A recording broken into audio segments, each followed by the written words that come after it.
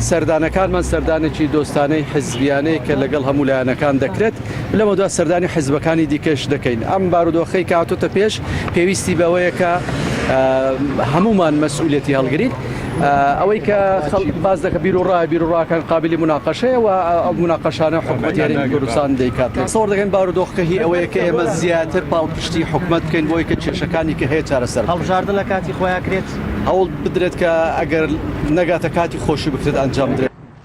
هاتنی بەڕێزان لە پارتی دموکراتی کوردستان پەیوەندی هەبوو بۆی کە ئەوان پێیان باشە کە پەیوەندی سیاسی نێوان زوتنەوەی گۆڕان و پارتی دموکراتی کوردستان پێ بنێتە قۆناغێکی تازە و وردە پەیوەندیەکان ئەوەی کە لە ئێستا هەیە باشتر بکرێت.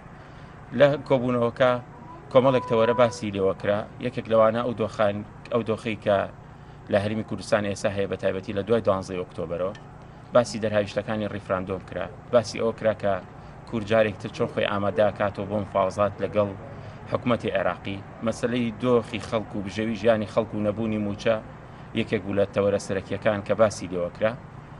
ئێمە وەکو بزوتنەوەی گۆڕان پرۆژەیەکمان هەیە، پرۆژەکە بۆ گۆڕانکاریە لە ناو حکوومەت بۆ دروستکردنی حکوومەتی کاتی یان حکوومەتی ئینتیقالیە. پرۆژەکەمان بە نووسراو یا بە برادرانی پارتی دموکراتی کوردستان لەوێت تا حدێکیش مناقەشەی ئەوە کرا کە چی بکرێت لە داهاتووە.